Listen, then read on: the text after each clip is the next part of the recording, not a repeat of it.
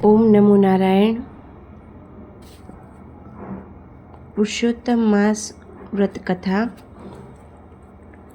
અધિક માસને પુરુષોત્તમ માસ કહે છે. આ પુરુષોત્તમ માસ દર 3 વર્ષે આવે છે. ત્યારે ઘડાની સ્થાપના કરવામાં આવે છે.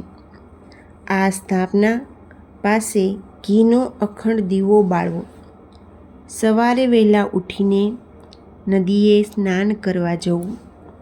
પછી ઘરે આવીને ઘડાનું પૂજન કરવું. આ દીવાના દર્શન કરી પીપળા અને તુલસીનું પૂજન કરવું. આખો મહિનો એકટાણું ભોજન કરવું. રાત્રે ભોંય પથારી કરી સૂવું. આખો મહિનો બ્રહ્મચર્યનું પાલન કરવું અને સાચું બોલવું. મહિનો પૂરો થાય ત્યારે બ્રાહ્મણને જમાડી એક જોડી કપડાં તથા યથાશક્તિ દાન આપવું. આ વ્રતકથા આખો માસ વાંચવી. એક બ્રાહ્મણ અને બ્રાહ્મણી હતા. તેઓ બધી વાતે સુખી હતા. તેઓ ઘરમાં 2 જણ હતા. કોઈ છૈયું છોકરું નથી, પણ ભારે ધનવાન. ઘરના કોઠાર ધન ધાન્યથી ભરેલા. એવામાં પુરુષોત્તમ માસ આવ્યો. બ્રાહ્મણ બ્રાહ્મણી રોજ નદીએ નાહવા જાય. નદીએથી નાહી ધોઈ ઘરે આવી પૂજાપાઠ કરે ત્યાં તો બપોરનું ટાણું થઈ જાય. તેમને રસોઈ કરવાનો પણ સમય મળે નહીં. એમને થયું, અરે રે, ભગવાને પણ આપણને એકાદ દીકરો આપ્યો હોત તો કેવું સારું. એને પરણાવીને વહુ લાવત અને તે વહુ આપણા માટે રસોઈ તૈયાર કરી રાખે. પણ દીકરા વગર વહુ લાવવી ક્યાંથી? બ્રાહ્મણીએ બ્રાહ્મણને કહ્યું, એક વહુ લઈ આવો તો સારું. બ્રાહ્મણ કહે, પણ દીકરા વગર વહુ લાવવી ક્યાંથી? બ્રાહ્મણી કહે, ગમે તેમ કરીને વહુ લઈ આવો. કોઈ પૂછે તો કહેજો કે દીકરો કાશીએ ભણવા ગયો છે. થોડા વખતમાં જ કાશીએથી ભણીને અને પંડિત બનીને પાછો આવશે. સારું કહી બ્રાહ્મણ તો જવા માટે તૈયાર થયો. બ્રાહ્મણીએ એને ભાતું બાંધી આપ્યો. બ્રાહ્મણ તો ભાતું લઈ વહુ શોધવા નીકળી પડ્યો. એક ગામથી બીજે ગામ અને બીજે ગામથી ત્રીજે ગામ. આમ તે ચાલ્યો જાય છે, પણ તેને કોઈ સારી કન્યા મળી નહીં. આમ ફરતા ફરતા તે બ્રાહ્મણ એક ગામમાં આવી પહોંચ્યો. આ ગામના બ્રાહ્મણને એક દીકરી હતી. તે ખૂબ જ રૂપાળી અને ગુણવાન હતી. બ્રાહ્મણે ગામમાં તે છોકરીના વખાણ સાંભળી તેના ઘરે ગયો. ત્યાં જઈ તેણે કન્યા પાસે માંગુ નાખ્યું અને બોલ્યો, ભાઈ, મારો દીકરો કાશીએ ભણવા ગયો છે. પુરુષોત્તમ માસ ઉતર્યા પછી 1 મહિને તે કાશીએથી ભણીને પંડિત થઈને પાછો આવશે. માટે આપની દીકરીને મારા દીકરા સાથે પરણાવો. દીકરીના બાપે કહ્યું, મારી દીકરીના ફેરા કોની સાથે ફેરવું? બ્રાહ્મણે કહ્યું, તમારી દીકરીના 3 ફેરા લેખણ સાથે ફેરવો. 4થો ફેરો બાકી રાખો. મારો દીકરો કાશીએથી ભણીને આવશે ત્યારે 4થો ફેરો ફેરવશું. ભલે કહી કન્યાના બાપે માંડવો રોપાવ્યો, ચોરી બંધાવી, મંગળ વાંઝા વગડાવ્યા અને છોકરીને લેખણની સાથે 3 ફેરા ફેરવી બ્રાહ્મણની સાથે વિદાય કરી. બ્રાહ્મણ તો વહુને ઘરે લઈ આવ્યો. વહુને જોઈ બ્રાહ્મણી તો રાજી રાજી થઈ ગઈ. બ્રાહ્મણીએ તો વહુને ઘરનું બધું સોંપી દીધું. પોતે નાહીને આમ દરરોજ બ્રાહ્મણ બ્રાહ્મણી નદીએ નાહવા જાય અને વહુ રાંધીને રસોઈ તૈયાર રાખે. બંને જણા સેવા પૂજા કરી પછી જમવા બેસે. એક દિવસ એવું બન્યું કે બ્રાહ્મણ અને બ્રાહ્મણી નદીએ નાહવા ગયા અને વહુ પડોશણને ઘરે દેવતા લેવા ગઈ.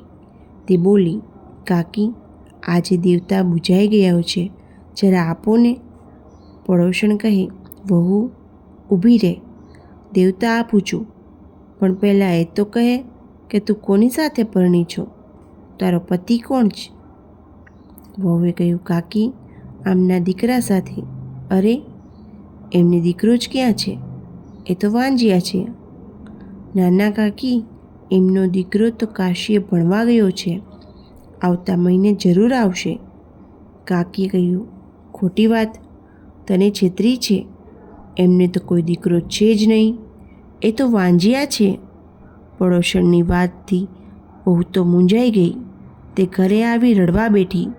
તેને થયું, મારી સાથે શું બનાવટ તો નથી થઈ ને? એવામાં સાસુ સસરા નદીએથી નાહી ધોઈ પાછા આવ્યા. તેમણે જોયું તો વહુ ખૂણામાં બેસી રડતી હતી.